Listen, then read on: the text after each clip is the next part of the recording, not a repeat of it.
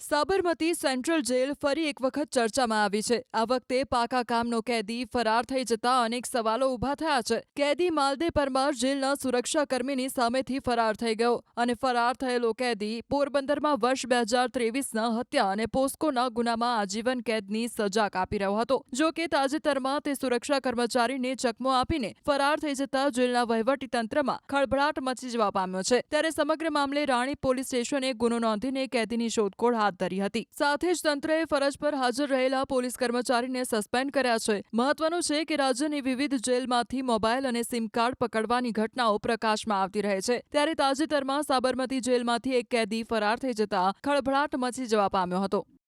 જે કેદી છે એ ગઈકાલે અમદાવાદ મધ્ય જેલમાંથી ગેટમાંથી બહાર નીકળી ગયેલ છે અને એના માટે અમે રાણી પોલીસ સ્ટેશનની અંદરમાં ગુનો દાખલ કરાવી અને અલગ અલગ જિલ્લામાં અને પર્ટિક્યુલર પોરબંદર પોલીસ સ્ટેશનમાં અને પોરબંદર જિલ્લામાં આની શોધખોળ છે એ કરાવી રહ્યા છીએ।